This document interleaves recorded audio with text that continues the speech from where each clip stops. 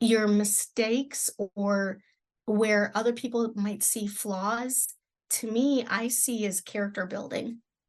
And I credit a lot of my stamina to my faith in getting me through a lot of this. Because, you could have doubts as a writer and author, but I'm extremely confident in my story.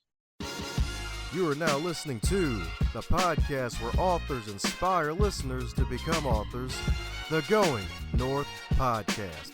I'm your host, certified self-leadership trainer, best-selling author, and book enthusiast, DomBrightmon. And you're going to be listening to a different author that will inspire you to join the business of immortality, known as authorship. Now let the fun begin.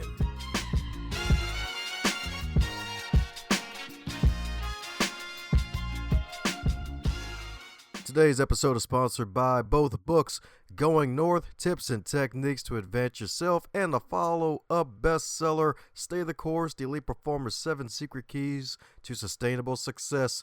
Head over to Amazon.com, pick up both books. They are available in a trifecta of paperback, audio, and ebook. Cop all three of both and be on the lookout for another book from yours truly to help podcasters succeed. Now let's get on with today's episode. And today on the highlight reel builder for authors known as the Going North Podcast, we got another super special, awesome human for you today.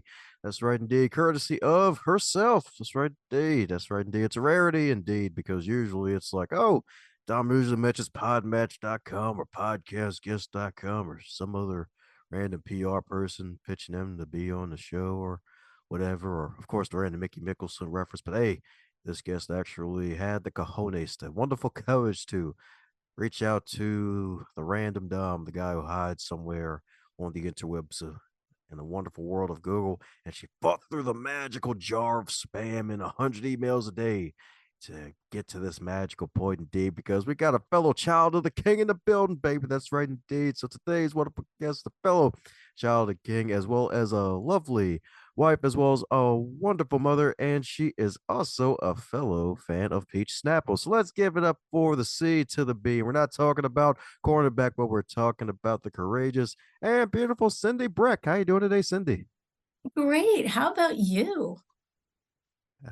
Doing fabulous indeed. That's right indeed. Got some good vibes about you. I'm like, yeah, I'll give her a shot. It's like, hey, the books aren't officially published yet at the time of this recording, but hey, they probably will by the time folks hear this. So we'll never know. It's like, hey, let's give her a shot. She's got stuff. Yeah, boy, I've got stuff all right. I can talk your ear off. Oh, good. All right. So that means I'm in for 2 treats that's good enough to eat. That's what I'm talking about. Oh man. So my goodness, as with all introductions, they're not allowed to be 73.5 days long and I only covered, I don't know, zero point 0.5 days. So am I filling in any cavities I may have missed about you that makes you the Cyndi that you are today? Well, you pretty much filled in a lot of my details on my bio and stuff like that, but I did switch from peach Snapple to McDonald's iced French vanilla coffee recently, so I guess that's a confession. I have little quirks when I write, and I have a specialty in a drink, and peach Snapple used to be it, and I'll probably switch back to it, but right now I'm on a binge with French vanilla iced coffee. Hey, coffee's good in many flavors, in many sizes. That's right indeed. Coffee's good Large. for you indeed. That's right indeed. She's large and in charge for a reason. That's right indeed. That's right indeed. Well, how did you discover your love for writing? Was it at the age of 13 where you wrote in your diary that I'm gonna be married and live in a random house and make millions of dollars selling books and eventually own a camel? Well, not the camel part, but I always had a fascination for reading. And when I got older, I had a lot of time on my hands when my kids went to school. And I was like, you know what? I could try my hands at that.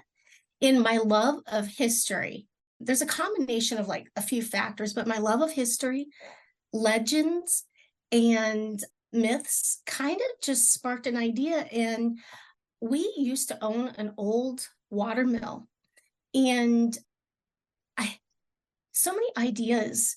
I mean, the building's over 200 years old, and so many ideas just came to birth there. And I just started, you know, I got to the point I'd go to sleep at night and just ideas about this random girl just came to fruition. And all of a sudden, these ideas just developed into where I was closing my eyes and it was just like this scene was unfolding, this choreography of elements to where they wouldn't go away until I just started writing them on paper. And I don't know, the combination of like the legends and history and all of that inspired me.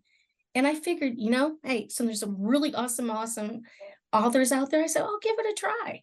So I did. Sweet. That's what I'm talking about indeed. That's what I'm talking about indeed. Right indeed. And the beautiful thing is that my goodness, 200-year-old mill. My goodness. How was that process like? Was it just a good old fixer upper after a while? Like, all right, let's sell this sell this thing now that we did our job and we've accomplished a goal. Yeah. Yeah. Well, the funny thing is, a lot of the first book does take place at that setting of the mill. And we owned it for 20 plus years, and it was recently purchased. And so now it definitely looks much better because they've really restored it. And it looks beautiful, but the inside, the integrity was held. So a lot of what you'll see in my book, it's still there. They didn't take anything out. So it's really cool. It's a dream. It's 4,500 square foot of just nothing but history on 4 different floors. It's absolutely beautiful. Beautiful indeed. Beautiful indeed.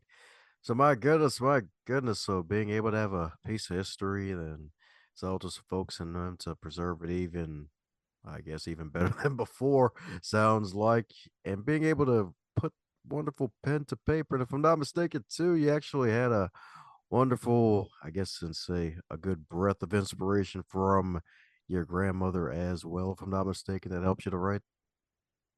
Actually, almost brings tears to my eyes. My grandmother was a big inspiration. She told me to keep, no matter, because I have dyslexia, and especially when I get flustered, it really shows.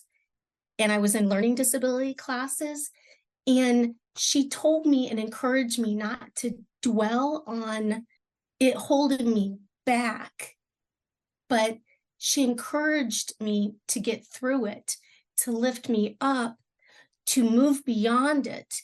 And I mean, 3 books later, yeah, I still have dyslexia. That doesn't change, but I'm all the more better for it because it's the combination with the person that makes me who I am. And because of that, the story that I've written is just, I mean, it's a fantastic story. I mean, it is just, I love my story. And I've worked my grandmother and my grandfather kind of into little characteristics of qualities of the characters within the story. Beautiful indeed. Beautiful indeed. And hey, it comes with the territory too, especially with our wonderful elders who eventually become ancestors. And definitely the dyslexia is actually interesting because I believe, I think it was episode 333. Funny enough, Catherine, secondly Stephen, she actually had dyslexia herself too, and it definitely eventually, like a lot of folks, especially entrepreneurs, it's like when you hear them say that, they mention it as a superpower because it helps them to be more resilient. Because, like, I guess with especially depending on what time that you're in, it's like, oh god, it's like you've got to work twice as hard by default with certain things the way the English language is, and it's a hard language by default anyway. It always evolves, and then just really eventually to the point now where it's like, oh, now you're basically a prolific author by default with over 340,000 words. How's it like, I guess, growing up with dyslexia until now? It sounds like it's been a superpower for you too. It actually really has. It's been a growing and learning curve. I think your mistakes or where other people might see flaws, to me, I see as character building. And I credit a lot of my stamina to my faith in getting me through a lot of this. Because, you could have doubts as a writer and author, which, I'm not always confident in my writing and stuff like that. However, it's kind of weird, but I'm extremely confident in my story. And that's because of the way my dyslexia has helped me with that superpower. I see things so differently. It's like I could see like like if a sword's flying or being maneuvered around or whatever, I could see actually the movements and stuff like that. Now, sword fighting and combat fighting is kind of difficult for me, but I've been blessed to have a son who is a martial artist and he's kind of helped me through some of those maneuvers and stuff like that. But I don't know, the combination, the superpower of dyslexia and the resilience and wanting to and the determination of seeing something completed is fantastic. And it's kind of over wanting to see the completion of Callie's story, which is my main character. It has kind of given me more of a confidence in my personal self.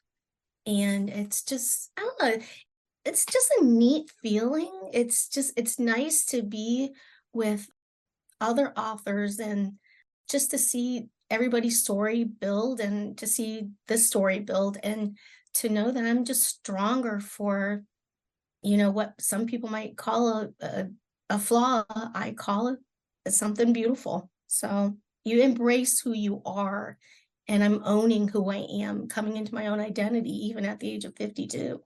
Boy, I should have said my age, should I? Well, hey, you said dyslexic, so I heard 25. Oh, good. That's, yeah, yeah, yeah. 25. Yep, that's it. Now, I wonder if I could Yeah. convince anybody else I'm 25. Hey, AI is a wonderful tool these days. I wonder if they have a filter for that. Hmm. Yeah, Yeah. if somebody would probably put a filter up for that and make me look real young and put puppy dog ears on or something. Yeah. Heck, even some millennials are aging faster than some of the folks from back then, so you'll be just fine. Yeah. Oh my gosh. Oh, That's coming from a millennial himself. Well, anyway, so with that wonderful yeah.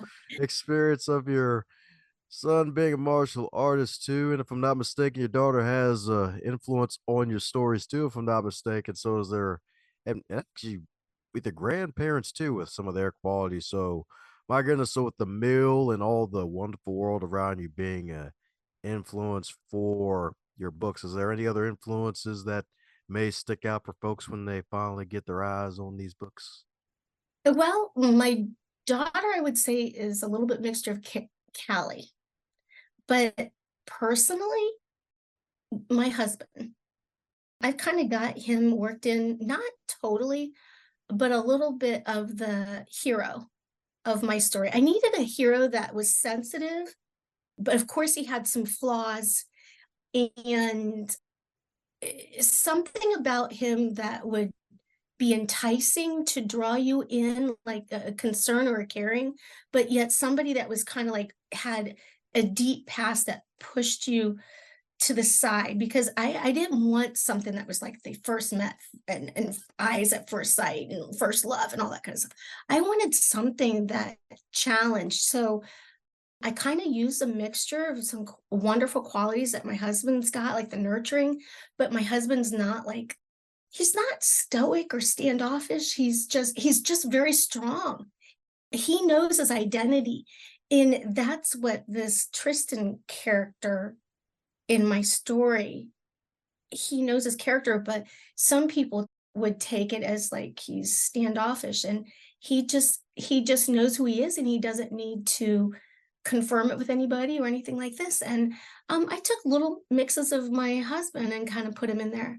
So I took the best of everybody And then I found those people that I didn't like. And then I wrote them into the antagonist and the nemesis. And then I killed them on paper. There we go. That's right indeed. That's right indeed. Some of the most entertaining folks you'll ever be around are authors. Don't want to piss them off either. That's right indeed. You'll probably thing is they'll never figure it out though, because if they don't read it, they won't know. It's like, all right, you pissed me off. Oh, he said something stupid. I couldn't have a good comeback for it. You're now a dead character in the book. And you could fall through a trap door. Yes, indeed. That's right indeed. Hmm. And the trapdoor won't lead to cornfield. That's right indeed. Oh my goodness. It won't lead to a cornfield at all. You'll Well, be it led could to a lead, land that of trap door could be cacti. a portal. It could be a portal. You never know. I mean, we could write it any way we want, right? As authors. You know what? That's true. It'll be a portal to a world where cows are taking over the world, and all folks who are human will have udders, and they will know the pain of having an udder, and then it'll be udder milk everywhere. I would love to be the fly on the skull inside of your brain and see where your mind goes. Oh my goodness. Oh my goodness. well, Oh, haven't well, you it's just ever hilarious. met people that are just like so in sync, and it's like they've just got this mind, and it'd be great for fiction writing. It's like I have one of my author friends who's just dynamic with brainstorming. I mean, wow. But yeah, I think you took the cake on that one though. That's right, indeed. It may even be a carrot cake. That's right, indeed. That's why you're just trying to dangle these carrots in front of these darn publishers. Like, hey, come on, you know you want it. Come on, it's healthy. Come on, get them while they're young. Youth fantasy. Come on. Yes, yes. Well, you know what? Fantasy is really healthy for the imagination. It really is. Um, it allows, and I know this is a different subject, but um, it allows people to escape. It allows them to think and think of something different. And the imagination is so important in a world, you know? So, hey, gotta have it. Oh heck yeah, that's right, indeed. Was that like an Einstein quote? I'd rather have someone with imagination over intelligence, or imagination is the real intelligence, or something like that. I don't know if I've ever heard that, but I think I would agree with you. I'd rather have somebody with an imagination. And you know what? Imagination, people with an imagination, they have a tendency to think outside the box. Now, this is from my personal experience. They have a way of thinking outside the box and getting you through a situation.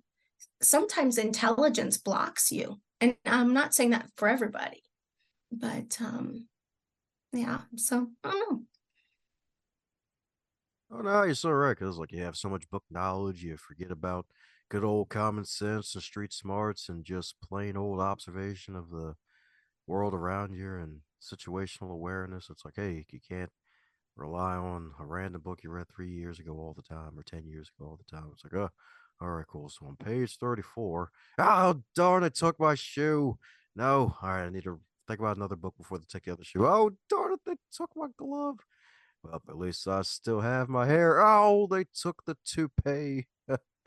They have to pay now. Yeah. Yes. Yes.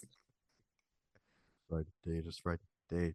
So, my goodness, my goodness. So, how's your writing like? Because I know you got the Panther plotter hybrid thing going on.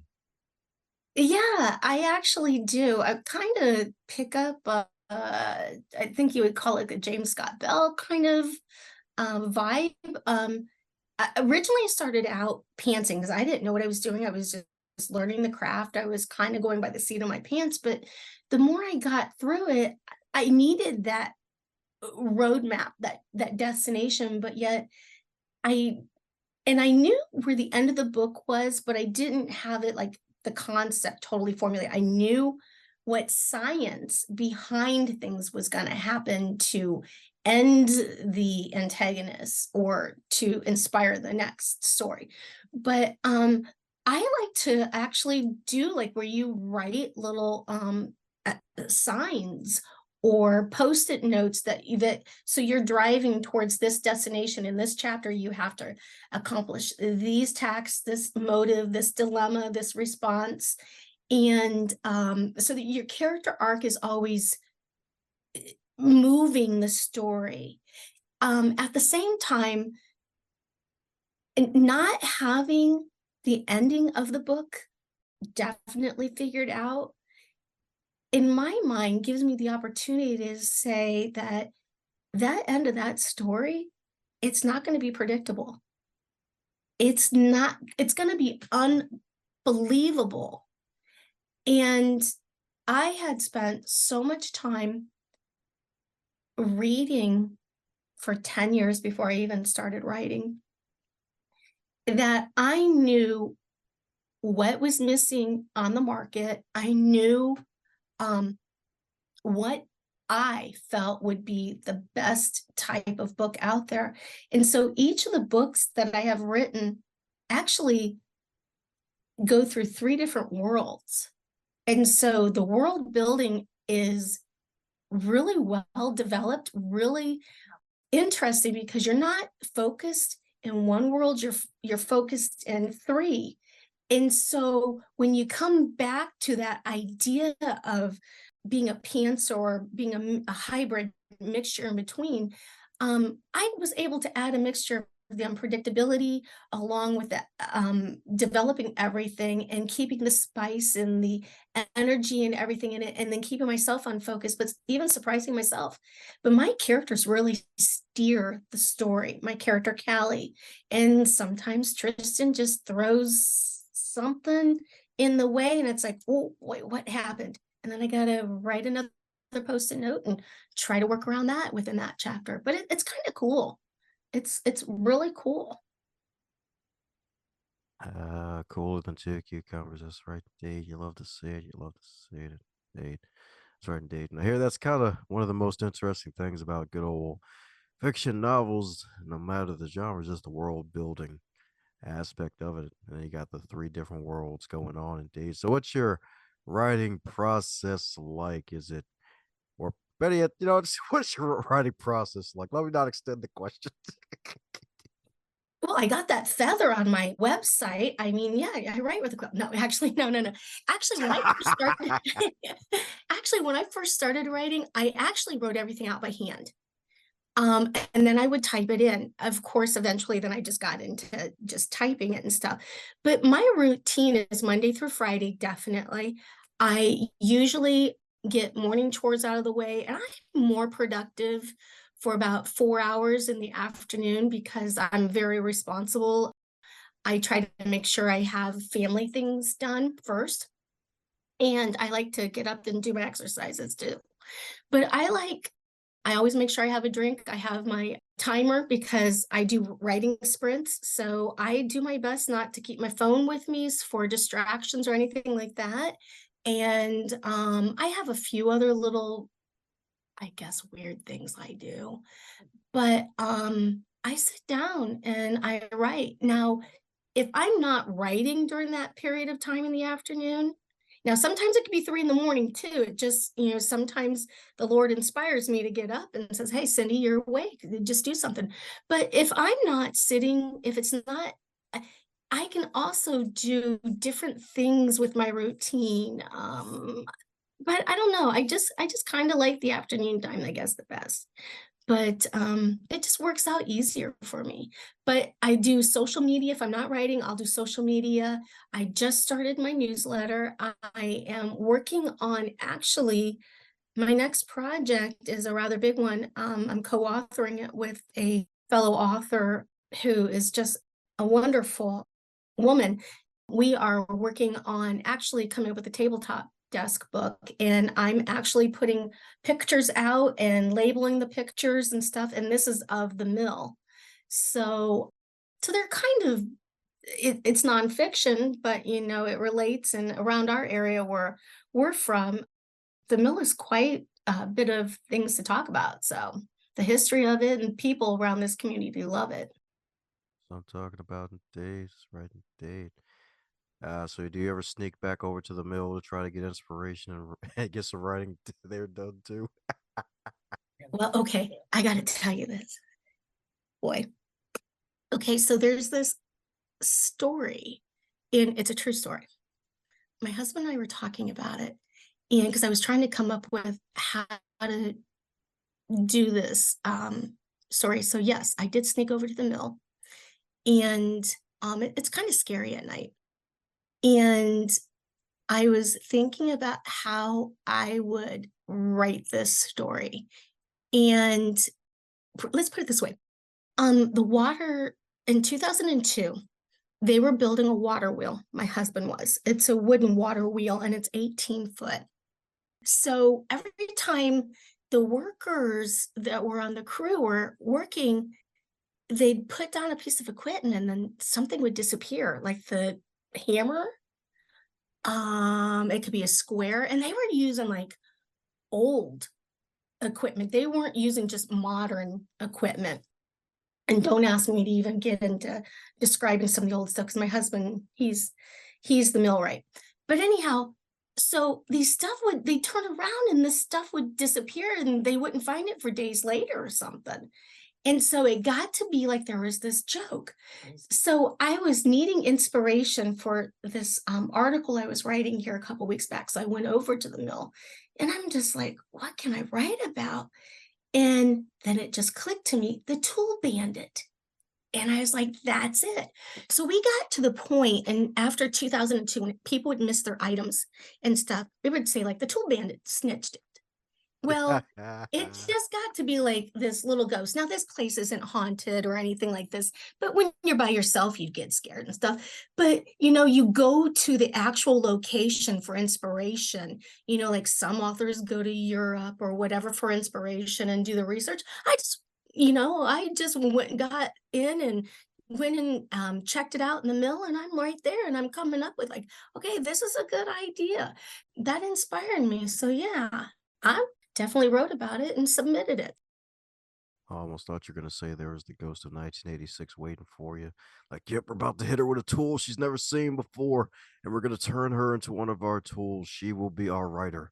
She will tell mysteries and stories and write about our wonderful deeds for centuries to come. Oh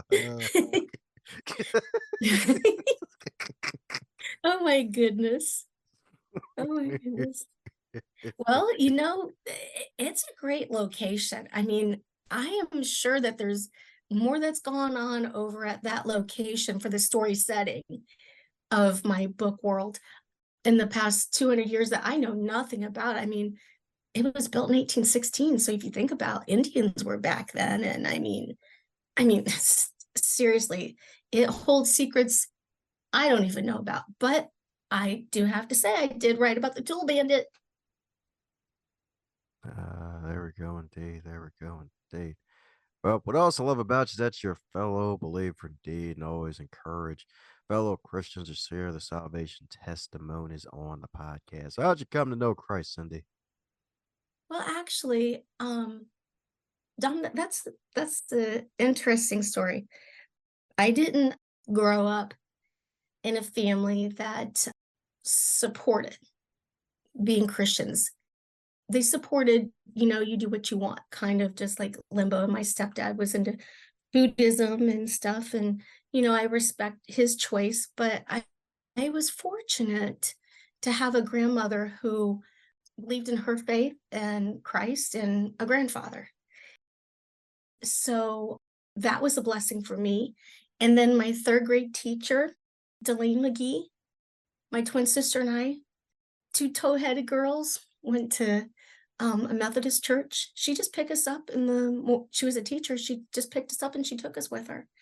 And we went to church with them. And I am telling you, this was a total different church environment than my first experience of like really being in church.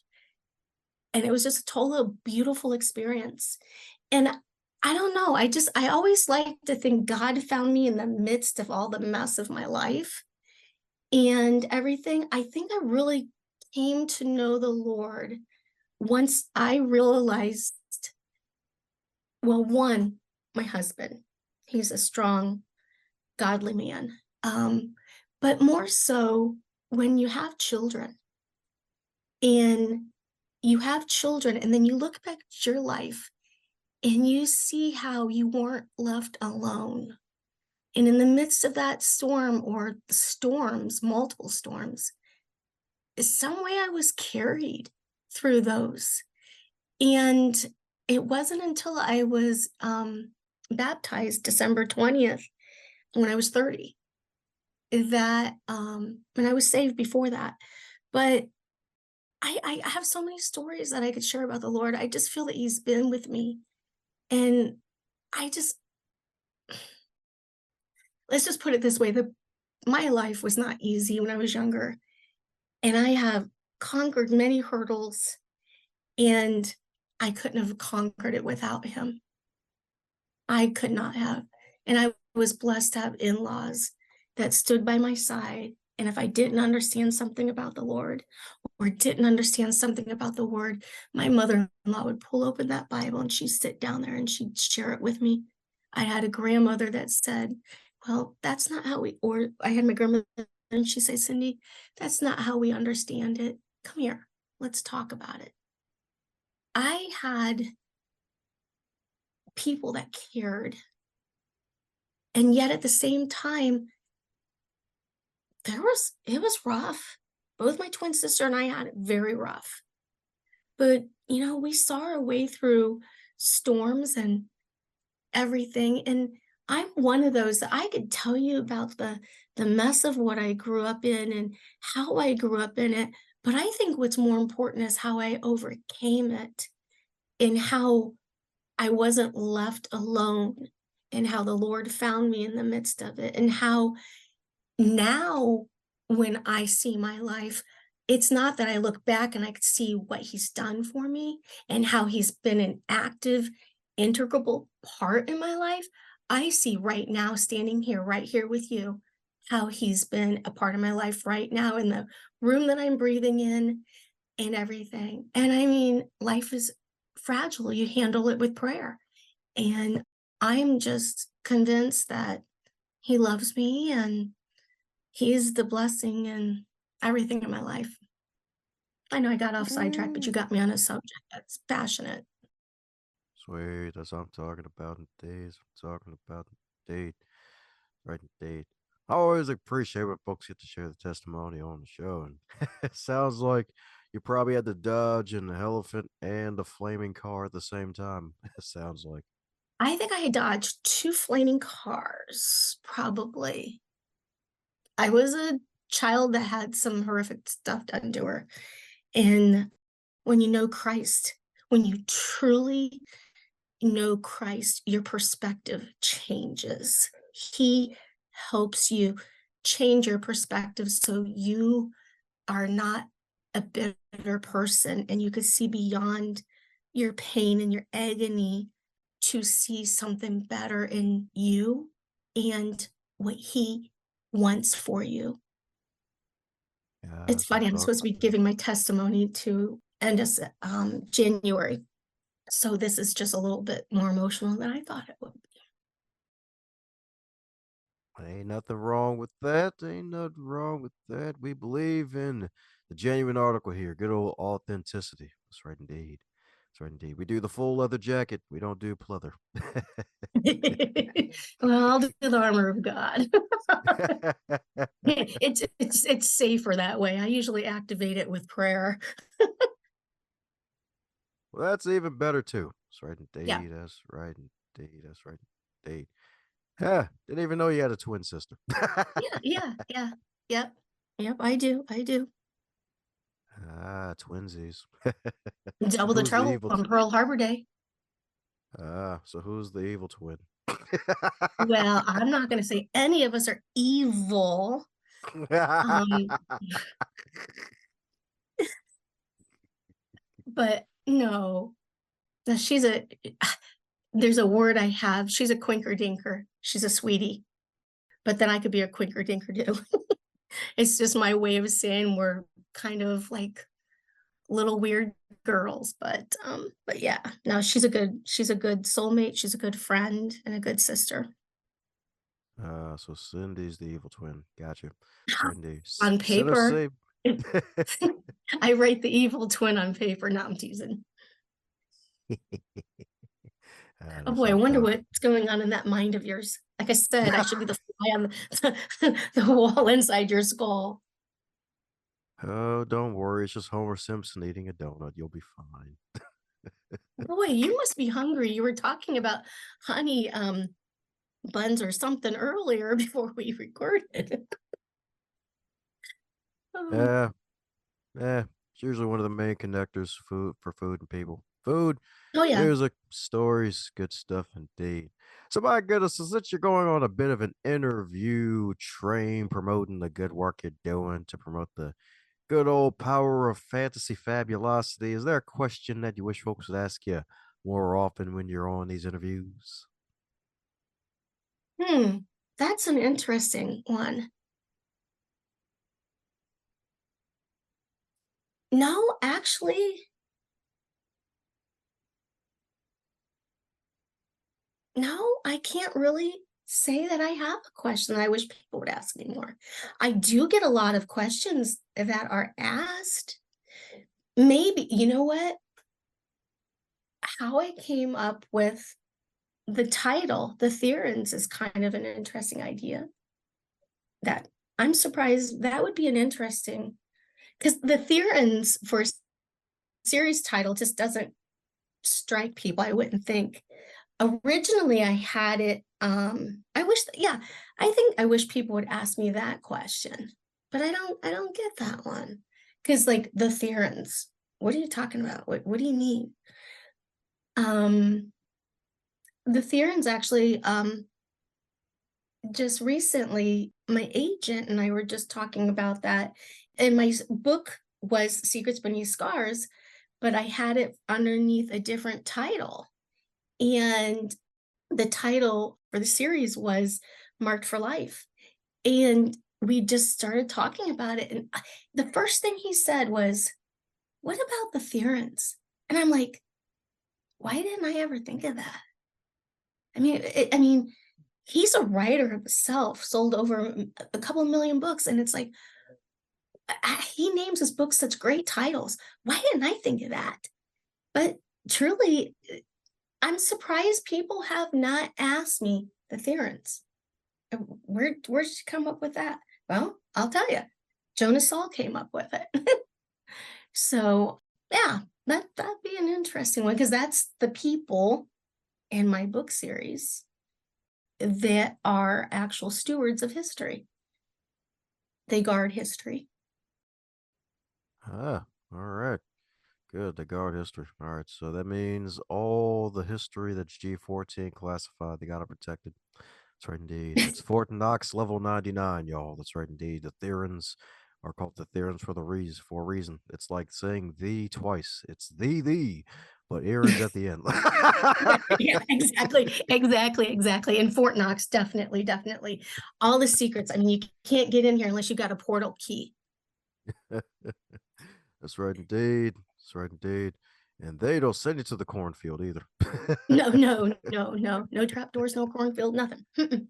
No, no. I'll tell you, the series is actually really cool because I think the most fascinating thing about it, Dom, is that it is grounded, components of it is grounded in actual history, not just the mill setting, but I took a lot of time to look up legends, myths, and I like to say twist them because I come sometimes refer to myself as a legend sleuth.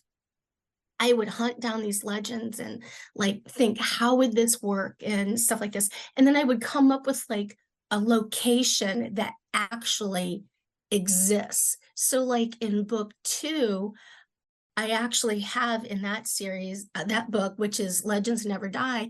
I have the character, she's in Egypt, and she's in where the location called the Mound of Shards.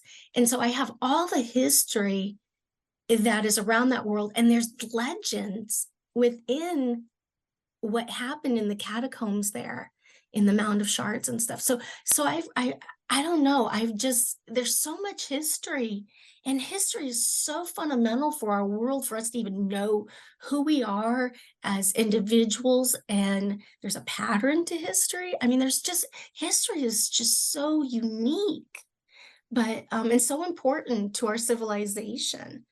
But no, I did so much grounding and anchoring each story world into a component of history, whether it's from a small town to a bigger town in actually Italy and in Egypt. And then once you get over into book three, you're looking at a total different world that is off the charts, unbelievable in the governmental system and how things are structured up within the world building system. And the interesting thing about that title is thinking about titles is I titled book three Utopia's Dark Side. And so that's kind of got like a tongue twister. I'm like, what? So I'm a history lover. Uh, so did you get a history degree too? Actually, no, I have a degree as a recreational therapist. I'm one of those that likes to, or should have worked with the physical and occupational therapist, but somebody that I am working with on this next book, she's a history major. So, and then we were the owners of that property and stuff. But no, with all the time that I probably did put into this book series studying history, eh, maybe I don't have a history major, but let's just say I'm going to give myself the title of Legend Sleuth. How's that? Yeah, that's my title. Legend Sleuth. Miss Maybe we could put LSC, history. baby. There we go. That's right indeed. That's right indeed. Who needs LSU? That's right indeed. They're all about football and basketball and stuff. We're talking about LSC today. Legend Sleuth Cyndi. That's right indeed. Yes, yes. Legend Sleuth Cyndi Brec. Yep, that's me. Yeah, that's right Hey, at indeed. least I won't bore you. There you go. That's right indeed. And you won't pig me either. I won't what? Pig. You know, boar, pig. Okay, okay, I got it. I got it. I got it. I got it. I got it. I wanted to make sure I understood that. That fly's buzzing around in there somewhere. Don't I worry. wonder There'll what be he. corn there'll be corn cobs in your ears tomorrow. So my goodness, speaking of magical corn cobs, your fabulous book series, The Theorins, if that whole series were a food, what would it be and why? Yeah. Well, you know what? Okay. Well, I'm going to say it's a 7-course meal. It's not one dish because I think that the appetizer is, I'm going to say the appetizer, you're going to start with something that is delectable, something that is sweet. And you're going to get a main course and get into it, and you're going to get anchored in there. So I'm going to say that we're going to go after a Coachy House pizza, something fantastic, one of the best pizzas in the world. And then I think that you're going to end this meal because, I'm not just going to say it's one um, choice food selection. I think you're going to end it with a dessert that's a double chocolated chip dessert that is mounted high because the anticipation has to be enticing and mouth-watering because the climax of the end and getting into that is so fantastic. So I'm not saying it's one meal. I'm one dish. I'm going to say it's a full meal. It's a full course. A college course. Let me stop.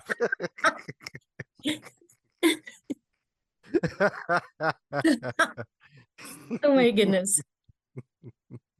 Sorry, indeed. What kind of pizza did you say? Was that a pizza place or a particular type of pizza? Well, actually, that's the interesting. Coachy House Pizza It's been in, I don't know, 40, 50 years in our area. It's a real establishment. And they make some of the best pizza. If you like garlic and real homemade sauce, as I understand it, like only one or two people in the world know the sauce. Okay. But this pizza is so delicious. I actually have the establishment written in my book series. That's how much I love it. But they actually, and I don't know how they do this, but they have actually been known to take that pizza and pack it and send it overseas. I think they send it with dry ice or something. But it's not just me that loves it. I mean, everybody loves it. And if you don't love it, I don't want to know. I don't want to know you. I just don't want to know you. Anyhow, I'm teasing. I'm going to say that. But it's really good pizza. It's got garlic and it's kind of like a lot of oregano and spices and stuff like that to the sauce. But yeah, and it's a legit place. Google it. Google it. You'll have to Google it. So I guess the Or you theorems could order guard the the pizza and secret. have it sent to you. Oh, there you go. That's right, indeed. All online businesses, y'all. That's right, indeed. Support businesses. Right, indeed. The businesses you don't know about, support them. That's right, indeed. Avoid the giant boxes. That's right, indeed. They got ghosts in those boxes. Might want to avoid them. That's right, indeed. That's right, indeed. Well, you Yes. know what? If you came here, we could order Coachy House pizza. We could eat in the middle, and we could see if we could meet the Tool Bandit. There we go. That's right, indeed. That's right, indeed. Plot twist: Cindy's the bandit. Let me stop. Okay, okay. Yeah, okay. No, but you never know. You never know. You got to have a surprise. I'm sure my husband thought I was the bandit sometime in the sequence of when he was making that water wheel, when he was under contract. Yeah, I'm sure he thought I was. But I'm innocent because I wasn't over there. I was usually preparing the foods back in 2002 and 2003 when they were building that wheel. So I could say I was innocent then. Not all the time, but yeah. Okay, so she got her alibi, folks. That's right, indeed. That's right, indeed. Yep, I do have an alibi. And if I didn't, I'd create one. See, there you go. That's why the theorems exist, to protect alibis and other Yeah. history important things that happen. Stewards of history, my history. No,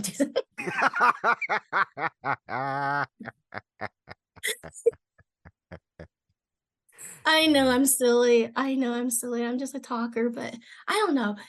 I have loved writing my series. I love the series. It is just such a different book from what I've seen out there. And I know I'm biased because I wrote it, but there's just something different about it. I think it's because the settings change and the corporation, the involvement of the history and then the legends. I don't know. It's just it's something I'm very honored to have been and humbled to have been a part of, and been able to conceptualize. Yeah, indeed. That's right, indeed. It's been an honor to have you here. So that means we're coming down to the magical question that every guest gets to receive.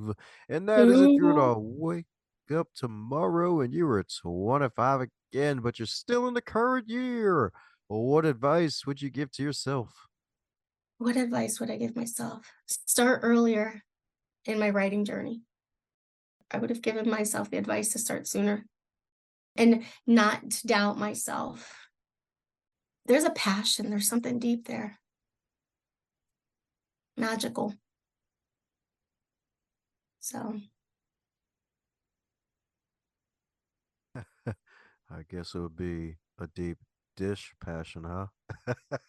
well, yeah, that too. That too. You never answer that question, do you? You ask other people that question, but you don't answer it, do you?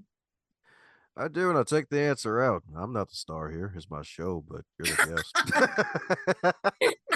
guest. Well, maybe when this recording is over, I'm just gonna have to pick your brain on that subject. Don't worry, it's just Curious George playing two cymbals. That's all.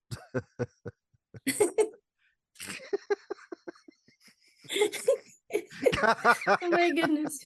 You make me crack up. Well, speaking of Curious George and Usher, even though Usher wasn't brought in this conversation until like 2 seconds ago, folks need to usher some Cyndi Brec into their ears and into their brains and keep up with your magical journey. So for the folks need to do just that. So when the books finally materialize and no longer become G14 classified, what's the best way for folks to do so?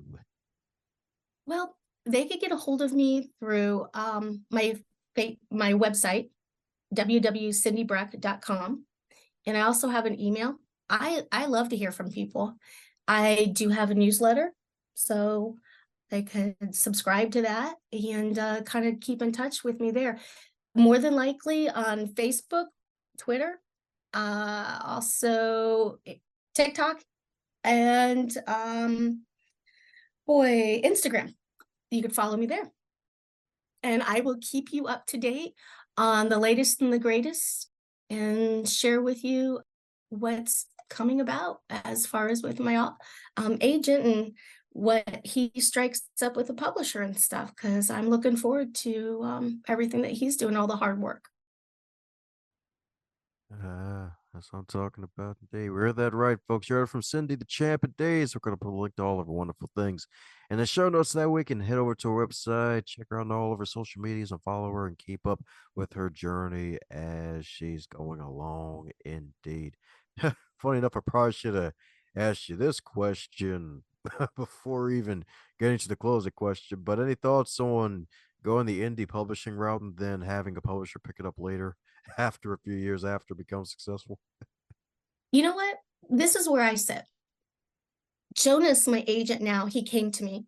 I was actually pursuing the indie route.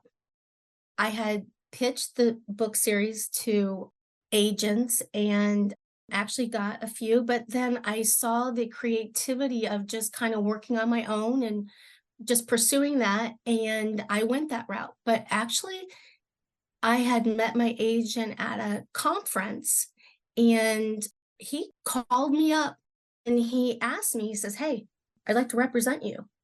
And I signed a contract with him. So I'm not opposed to that, but I have faith in Jonas and the opportunities that he might be able to find with a publisher.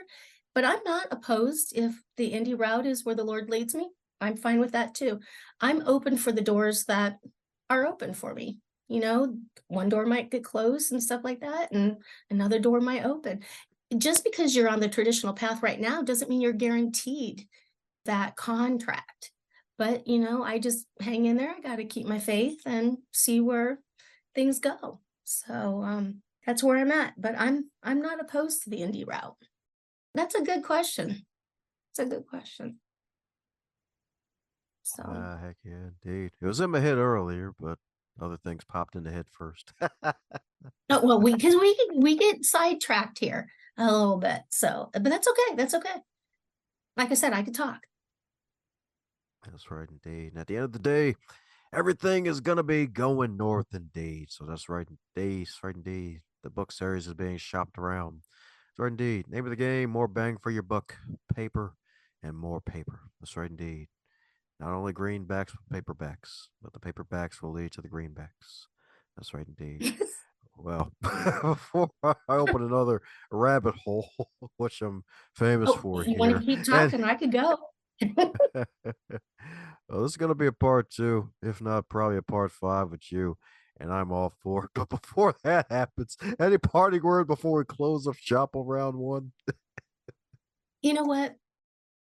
I would like to say that I thank you for giving me this opportunity to just have this opportunity to chat with you and to generate brand awareness. That's been very important to me.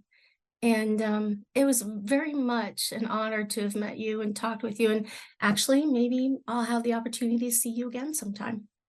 If you're hearing this part of the episode, that means you're one cool individual. Thanks a bunch for tuning in, and if you enjoyed what you heard, be sure to share it with at least one other person in your network, bonus points for 3. And be sure to check out the backlog too while you're at it, because there are hundreds of wonderful episodes to choose from as well.